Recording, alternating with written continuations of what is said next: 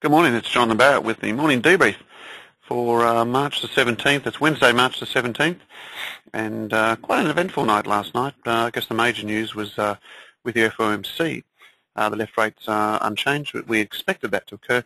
The wording was interesting. They said it'll keep it low for an extended period of time, and we saw a little bit of weakness towards the US dollar develop. As a result of that, we saw a lift in commodities, and also the Dow closed up pretty good. So let's have a look. General wrap of what occurred. Okay, here we go. There we go. The Dow closed up 43 points, 10,685. The S&P was up 8. The Nasdaq was up 15. Local market also closed up quite nicely at 4,839. So quite positive there. Europe had a reasonable night as well. Europe Stoic was up 35. The FTSE was up 26, the DAC was up 67, and the CAC was up 48. So pretty much generally across the board, it all looked quite positive.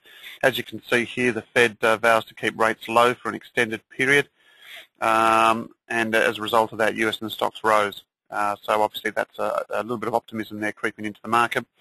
As a result of that, we obviously saw a little bit of change, there for the commodity sector, particularly as the US dollar came under pressure. And as you can see here with the US dollar, the chart here came under pressure. Very hard to tell exactly what's happening with that US dollar at the moment, and I think that's going to be one of the keys, because as you can see, it's just coming back down like this. Nothing really exciting either way. There we are there. It's following a nice little trend, I guess, if you want to call it for one thing, a little pattern there. And it's neither moving up or down in this pattern, and that makes it very hard to actually trade and or give us direction for what we're seeing for commodities. As you can see, just looking at like the Aussie, for instance, and the commodities, you can see that we're just sitting around in this range, and we're not getting a lot of lead either way. Top end of the range now for the Aussie. Very unsure as to which way it's going to break at the moment. Obviously, it takes out that 92.30 and 93, different story, and likewise on the downside, 91.70. Down she goes. I don't like momentum for that Aussie at the moment, but very hard to tell. Euro, as we know, we are long Euro at the moment, and once again, it's very hard to determine which way we are long. We did go long a little while ago, and seems to be showing good dividends for us at the moment. We need to break through that 37, 38 level in order to see that weakness in that trend for the dollar continue. At the moment, I do think it's a stronger Euro, though, not necessarily a weak US dollar on that trade. Obviously, with what's happening in Greece, everything relatively positive there, and as a result of that, we're getting a little bit of support. Not getting too much creeping in terms of re-ratings for the UK and the US. The market's decided to discount that at the moment. Okay, so that's a little bit on the dollar. Keep an eye on that 79.70 on the dollar index. To break through that, we'll see a bit of a trend develop, so stay close to it. Having a look at some of the primary inputs, particularly crude. Strong move there again. Look at that. How can you trade a market like that? Pretty hard indeed.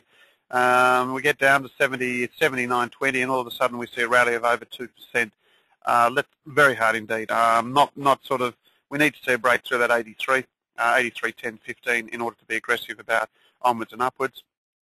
Having a look at the likes of copper as well. Had a little bit of extended gain there for copper, which was quite nice. We have got a small long position there.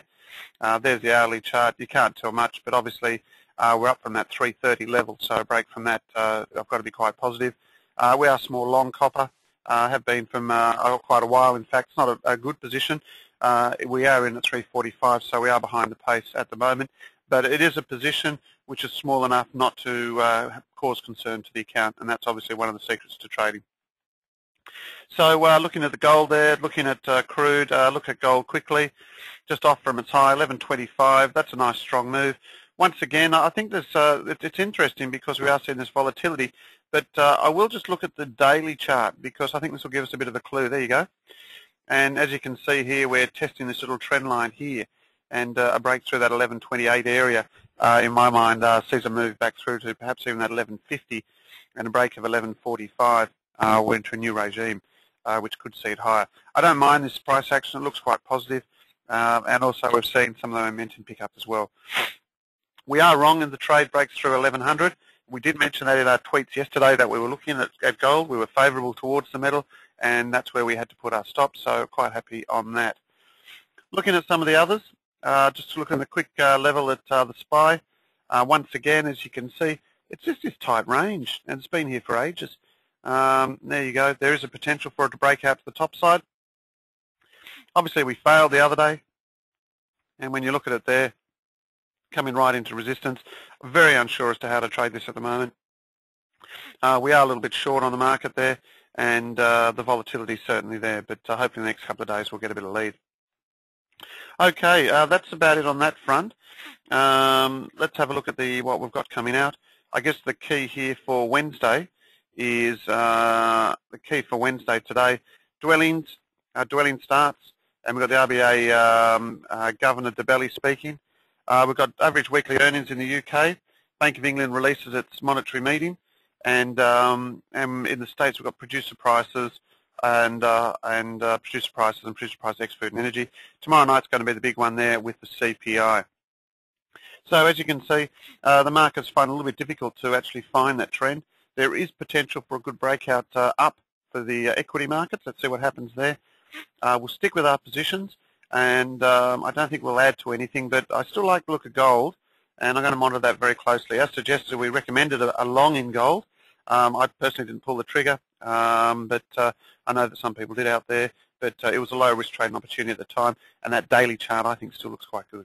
Anyway, that's about it from me today. Hope you have a great day, and happy trading.